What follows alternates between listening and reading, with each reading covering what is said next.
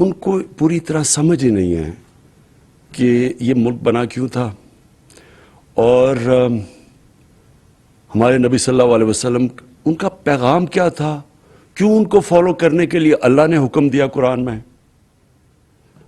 مجھے آہستہ یہ بھی نہیں لوگوں کو پتا کہ جب وہ نماز پڑھتے ہیں تو وہ اللہ سے مانگتے کیا ہیں، اور میں اکثریت کی بات کر رہا ہوں کہ ان کو یہی نہیں پتا جب وہ کہتے ہیں ایک ہی چیز نماز پہ مانگتے ہیں نا کہ اللہ ان کے راستے پہ لگا جن کو تو نے نعمتیں بخشی، ان کے نہیں جو غلط راستے پہ چلے گئے۔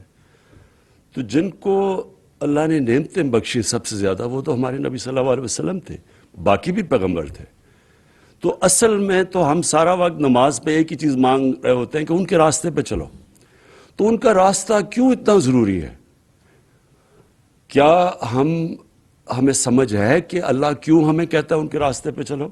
کیونکہ دنیا کی تاریخ کا کبھی کسی انسان نے وہ اچیو نہیں کیا، کبھی اس کی یعنی آپ 5% بھی اچیومنٹ نہیں جو کہ ہمارے نبی صلی اللہ علیہ وسلم نے کی، اور نہ کوئی کر سکتا ہے۔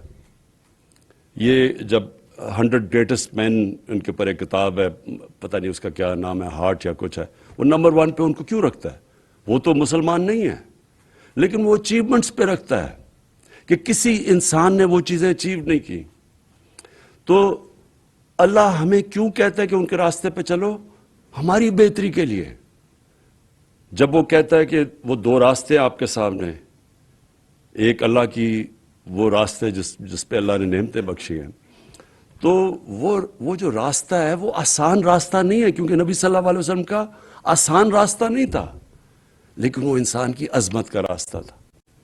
تو ہمیں مجھے احساس ہونا شروع ہوا بہت پہلے، پولیٹکس میں آنے سے بھی پہلے، کہ مجھے یہ احساس ہونا شروع ہوا کہ ہمیں کسی کو، میں نے جب کم از کم میں جب اسکول میں تھا تو میں نے جب پڑھا تو مجھے کبھی یہ چیزیں نہیں کسی نے بتائیں۔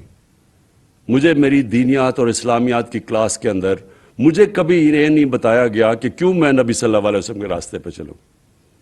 پھر مجھے یہ بھی نہیں بتایا گیا کہ وہ ریاست مدینہ، وہ کیا اس کے کیا پرنسپلز تھے کہ ایک دم وہ لوگ جن کی حیثیت ہی کوئی نہیں تھی، دیکھتے دیکھتے 2 سپر پاورز ان کے سامنے گرتی ہیں اور دنیا کی امامت کرنا شروع کر دیتے ہیں۔ وہ کون سے پرنسپلز تھے؟ ہمیں تو سارا وقت جو بتایا گیا تھا کہ دیکھیں جی اگر آپ نے آگے بڑھنا ہے تو وہ برطانیہ، اور میں جب اسکول میں تھا تو نہیں ہمیں آزادی ملی تھی، تو ہماری بھی ذہنی غلامی تھی کہ ان کے راستے پہ چلو، وہ دیکھو وہ جو انگریز ہے، جو ان کا سسٹم ہے، جو ویسٹ منسٹر ڈیموکریسی ہے، اس کے راستے پہ چلو اگر اوپر جانا ہے۔ ہمیں پڑھایا کچھ جاتا تھا، لیکن اصل میں ہمیں یہ کہا جاتا تھا کہ اصل میں انسان اوپر جا ہی نہیں سکتا جب تک ان کے راستے پہ نہ چلو جنہوں نے آپ کے اوپر حکومت کی تھی۔ اور یہ سب سے بڑا مسئلہ ہے کہ ہمارے میں ایک ڈسکنیکٹ ہے۔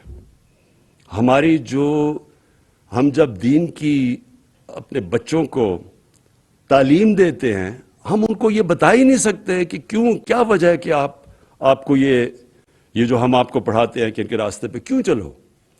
تو دیکھیں، میں کوئی اسلامک اسکالر نہیں ہوں، میری تو اپنی زندگی سے سارے تجربہ ہوا ہے مجھے۔ میں تو اسلام کی طرف، دین کی طرف، اسلام تو خیر ہم پیدا ہی اسلام میں ہوئے تھے، لیکن دین کی طرف سے تو میں اپنی زندگی کے تجربے سے آیا ہوں۔ اور وہ کیسے؟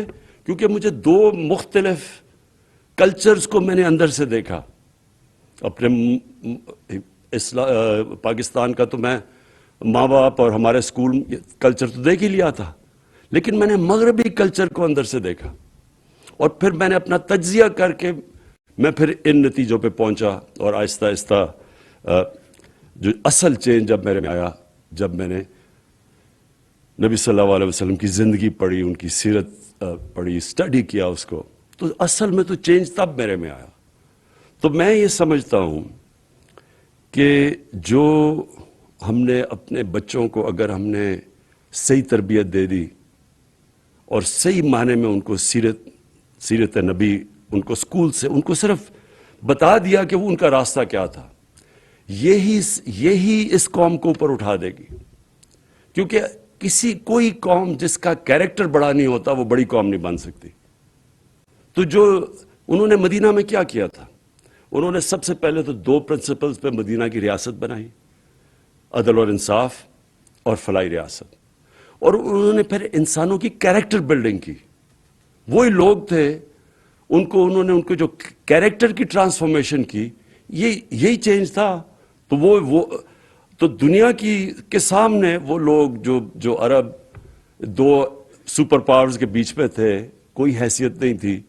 وہ ایک تاریخ ہے، یہ کوئی یعنی باقی اللہ کے پیغمبروں کی تاریخ میں اس طرح ڈیلی زندگی کسی کی بھی نہیں ہے.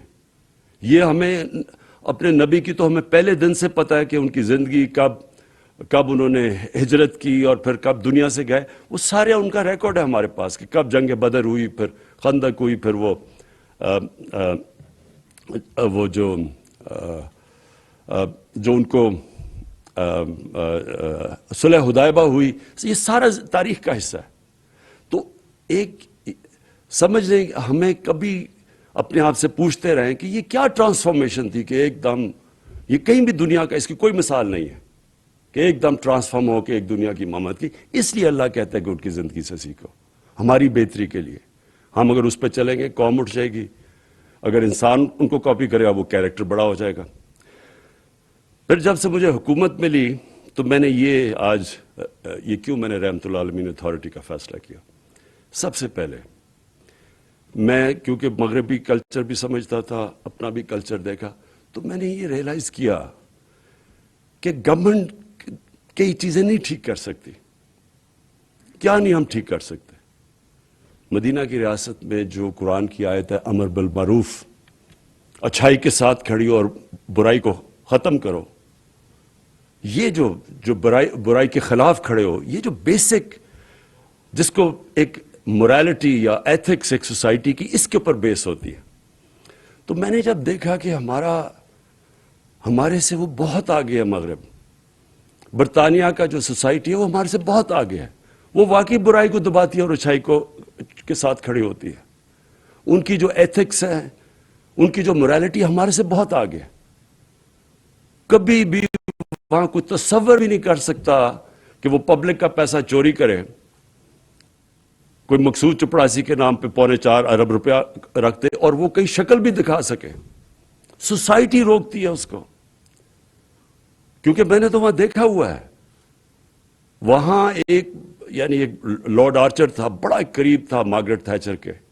وہ صرف اس نے عدالت میں جا کے اس کا جھوٹ پکڑا گیا، 3 سال جیل میں گزارا. سب سے طاقتور پرائم منسٹر کا وہ قریبی آدمی تھا. لارڈ آرچر نے 3 سال جیل میں گزاری، کوئی اس کو کھانے پہ نہیں بلاتا تھا.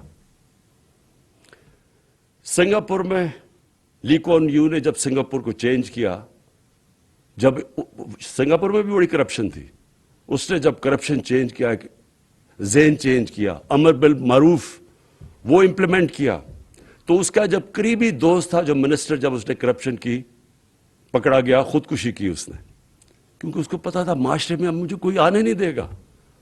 میں اپنی کیبنٹ کو بھی بتاتا رہتا ہوں کہ امریکہ کے اندر ایک بہت بڑا ملٹی بلینئر تھا برنی میڈوف، اس کے اوپر فلم بھی بنی ہوئی ہے. سب سے سارے بڑے بڑے لوگ سیلیبریٹیز اس کو ملا کرتے تھے. سب سے طاقتور بڑا پرومیننٹ آدمی گنا جاتا تھا، امیر ترین تھا. پتا وہ ایک فراڈ سکیم، پونزی سکیم میں پکڑا گیا. اس کے 2 بیٹے تھے، ایک نے خودکشی کی، دوسرا گھر کے اندر ہی بند ہو گیا اور بیماری سے مر گیا. بیوی نے طلاق دے دی. ابھی رپورٹ ایک اور ابھی دیکھ رہا تھا، اس کی بہن اور اس کی بہن کے ہسبینڈ نے خودکشی کر لی. یہ کیوں کی ہے؟ کیونکہ معاشرے کے اندر جگہ ختم ہو جاتی ہے ان کی. تو ہم اگر کرپشن سے یہاں لڑنا ہے، اور یہ یاد رکھیں کہ ملک صرف غریب اس لیے ہوتے ہیں کرپشن کی وجہ سے. ساری دنیا کے اندر آپ سٹڈی کر لیں جو غریب ملک ہے، ہر ملک کے اندر کرپشن ہے جو غریب ہے. اور سوئٹزرلینڈ جیسا ملک جس کے کوئی وسائل ہی نہیں ہے، سب سے امیر ترین ملک ہے، کیونکہ وہاں کرپشن نہیں ہے. رول آف لا انڈیکس میں سب سے اوپر ہے. تو اس کے اندر یہ میں صرف مجھے آہستہ آہستہ احساس ہوا ہمارے ملک میں کہ ہم کرپشن کو ایکسیپٹیبل کر بیٹھے ہیں. یہ سب سے زیادہ ایک معاشرے کو تباہ کرنا ہے. معاشرے کے اندر برائی کو ایکسیپٹ کر جاؤ. جس طرح مولانا رومی سے کسی نے پوچھا کہ قوم کیسے مرتی ہے، اس نے کہا اچھے برے کی تمیز ختم کرتی ہے قوم مر جاتی ہے. آپ برائی کو برائی نہ سمجھے, محنت کون کرے گا؟ اگر چوری میں برائی نہیں ہے تو میں کیوں پڑھوں